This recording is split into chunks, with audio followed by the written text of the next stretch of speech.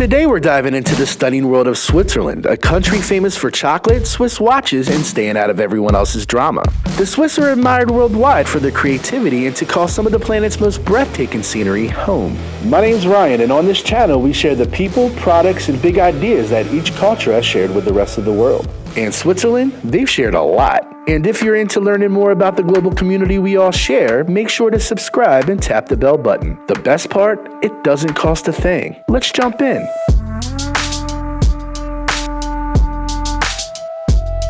If you're hunting for Switzerland on a map, you'll find it nestled in Central Europe, smack in the middle of the Alps, the continent's largest mountain range. Despite being small enough to lose if you blink, okay, not really, Switzerland shares borders with 5 different countries, including France to the west, Italy to the south, and Germany to the north. But what's actually there? Every year, 10 to 12 million visitors flock to Switzerland, mainly to see their jaw-dropping mountains. Switzerland's crown jewel? The Matterhorn. This iconic pyramid-shaped peak near the car-free village of Zermatt is so famous it could run for president, if mountains could vote. Visitors come for skiing, hiking, sightseeing, and those unreal views. Oh, and while you're there, look for Edelweiss, the little flower made famous by the sound of music. I'd hum you a bar of this song, but let's be honest, it'd stick in my head all day. Speaking of mountain activity, St. Moritz is Switzerland's most famous and glamorous ski resort, and the place where winter tourism literally began around 150 years ago. St. Moritz has hosted the Winter Olympics twice, which helped put it and Switzerland on the global map as the place to go for skiing and winter sports. In keeping with the nature theme, Switzerland is home to some of the most picturesque lakes on the planet. At the top of that list is Lake Geneva, one of Europe's largest and most beautiful lakes. It offers stunning scenery and lots of things to do, like visiting Chateau de Chillon, a medieval castle on its shore. But wait, there's more. Switzerland is not just about nature. They're home to some of the most charming cities and towns on the planet that have a little bit of something for everyone. Zurich is the country's largest city and a global financial powerhouse. Think historic streets, modern art, luxury shopping, and easy access to the Alps. Geneva is known for its international vibe. It's home to the UN, the Red Cross, and CERN, where they're busy unlocking the secrets of the universe. And Bern, the capital city with a medieval old town so well preserved it's a UNESCO World Heritage Site. But who actually lives in these picturesque places? Stick around, we'll learn about the Swiss people next. Next semester I'll be doing better.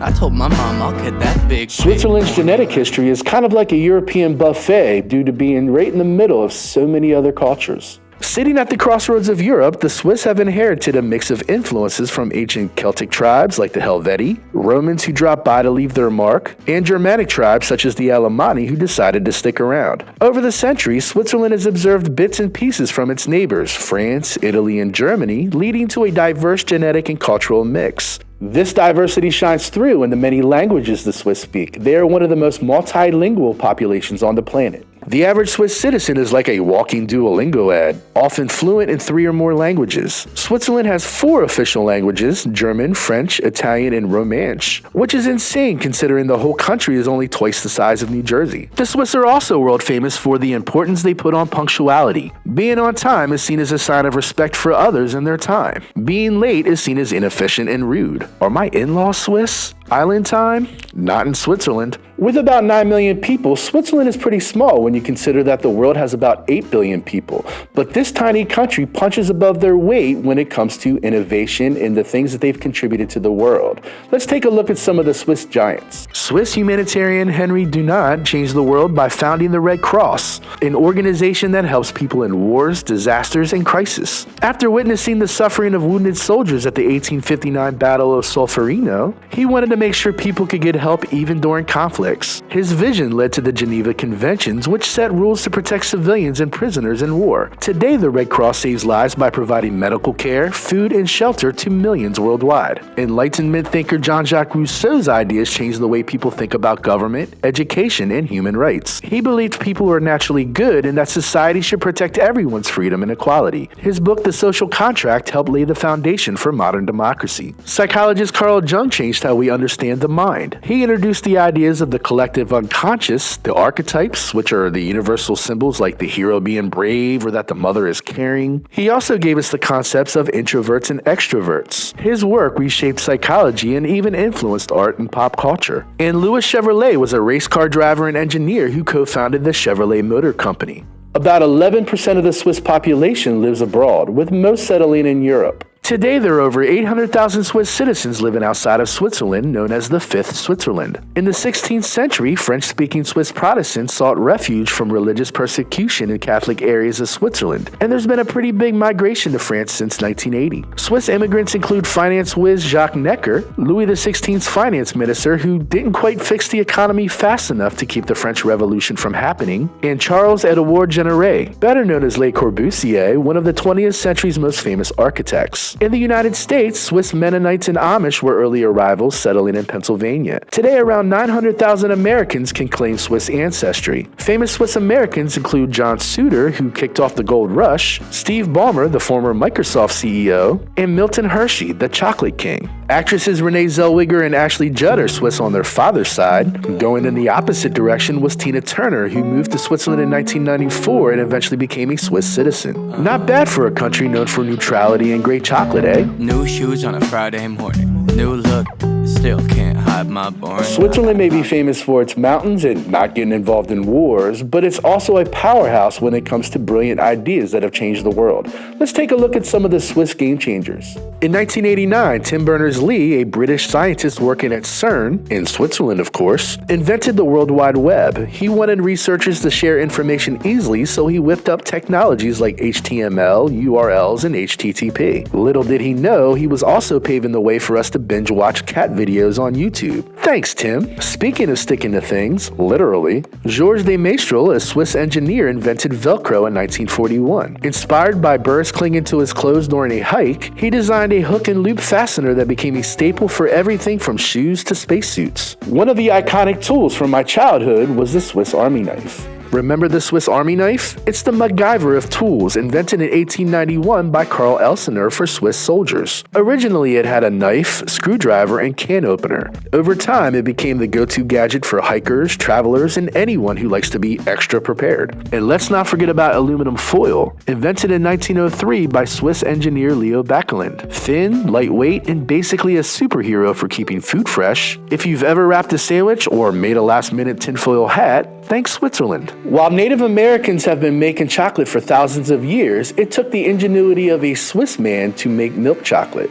Before milk chocolate, chocolate was dark, bitter, and frankly not as enjoyable. Enter Swiss chocolatier Daniel Peter, who teamed up with his buddy Henry Nestle in 1875. They added powdered milk to chocolate, creating the creamy, sweet treat that we love today. From candy bars to hot cocoa, milk chocolate is basically Switzerland's love letter to the world. And what's innovation without sound? Let's give a shout out, literally, to yodeling, the Swiss tradition of echoing your heart out across the Alps. Sure, it might not be high tech, but it's a cultural invention that has lasted for centuries. Plus, it's kind of fun to try, just maybe not in public. Next, let's look at their cuisine. Yep, shouldn't have even tried it. Fresh chip off the block. Watch my head spin.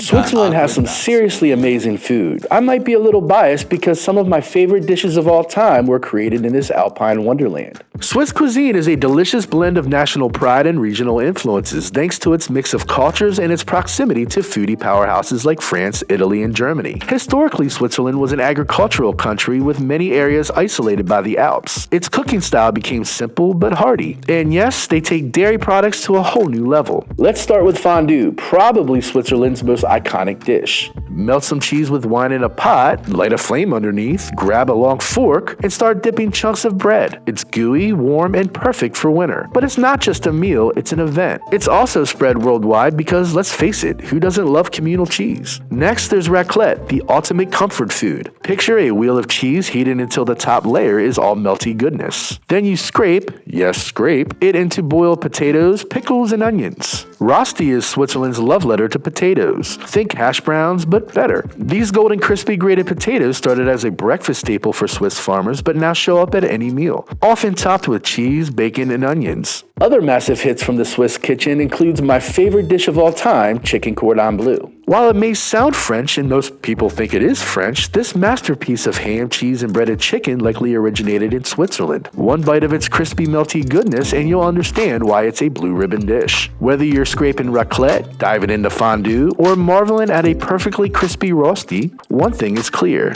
Switzerland doesn't just do food, it elevates it.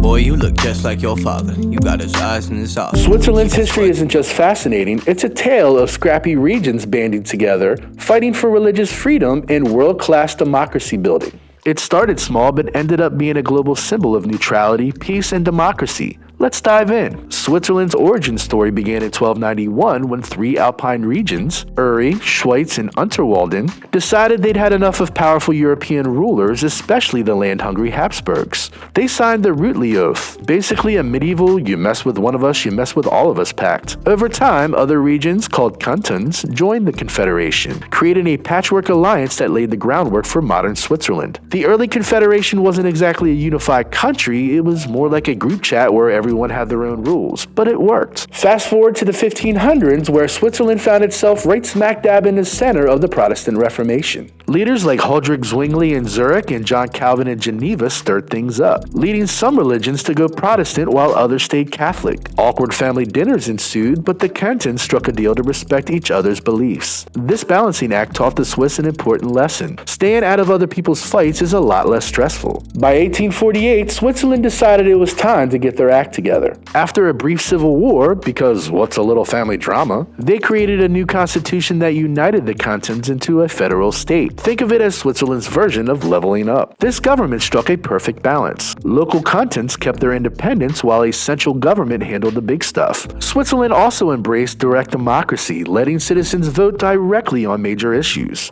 During both world wars, Switzerland stuck to its tried and true strategy: stay neutral and stay safe. This neutrality, paired with its mountain fortresses and strategic diplomacy, kept it out of the fighting. Today, Switzerland is a global powerhouse with its high quality of life, rock-solid economy, and its beautiful land. It leads in banking, engineering, and pharmaceuticals. We'll get to the economy later. And it's home to world-class universities and innovative companies. Switzerland's story is one of transformation, from a scrappy mountain alliance to a global role model for peace, democracy, and innovation. Beneath its calm exterior lies a country that knows exactly who it is and where it's going.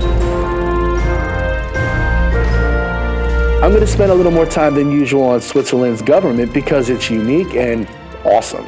It's like a super organized, democracy-loving, mountain-loving club that makes sure everyone gets a say. Here's how it works. In Switzerland, they practice direct democracy, which means that the people can vote directly on important issues, not just on who gets to be president. Whether it's a law about taxes, cows, or the environment, if the people don't like it, they can say, "I think you gonna get away with it. Not up in here! Not up in here!" with a vote. It's like being in a constant referendum all the time. Switzerland does have a federal government, but it's kind of like a group project where no one person gets to take all the credit. They run the big stuff like international relations, defense, if they ever need it, and finances. Historically a confederation, Switzerland isn't just one country. It's more like a collection of 26 little countries or cantons. The cantons are kind of like the cool independent cousins who live in the mountains and don't always follow the same rules as everyone else. Think of Switzerland's government as a giant, well-organized potluck dinner where everyone brings something to the table. No one gets too bossy, and even if there's a disagreement, you can vote on whether to eat the mashed potatoes or not. And if you don't like the dish or the law, you can vote it off the table. Switzerland's economy is a powerhouse, but it's more the type that gets the job done without bragging. It's one of the most stable and prosperous in the world, with a high standard of living, barely there unemployment, and an economy that hums along as smoothly as a Swiss watch. And speaking of watches, the Swiss are famous for their obsession with quality, whether it's ticking timepieces, creamy chocolate, or holy cheese. And thanks to direct democracy, Swiss citizens get a say in how the economy is run, because why let politicians have all the fun? In short, Switzerland's economy is a blend of innovation, stability, and just the right amount of Swiss flair. Better get about my way. This is the start of a new day. Feel fresher than Tuesday. Sometimes I stumble across information about a country that is fascinating but does not quite fit into any one category.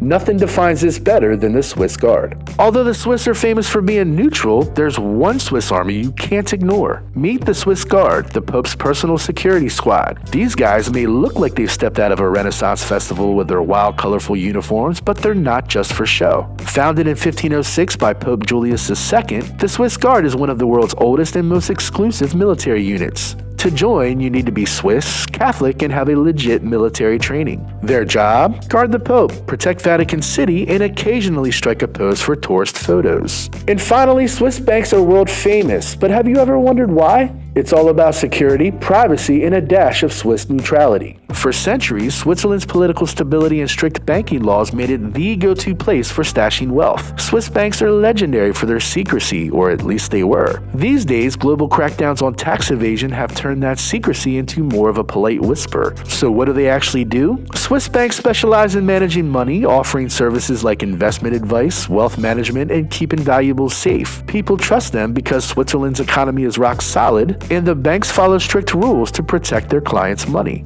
Just to the north and east of Switzerland are Germany and Austria, two countries we've already profiled. Take a look at them if you get a chance. Also, you can join in on the Global Cuisine tournament that we're running right now to find out which country has the best food.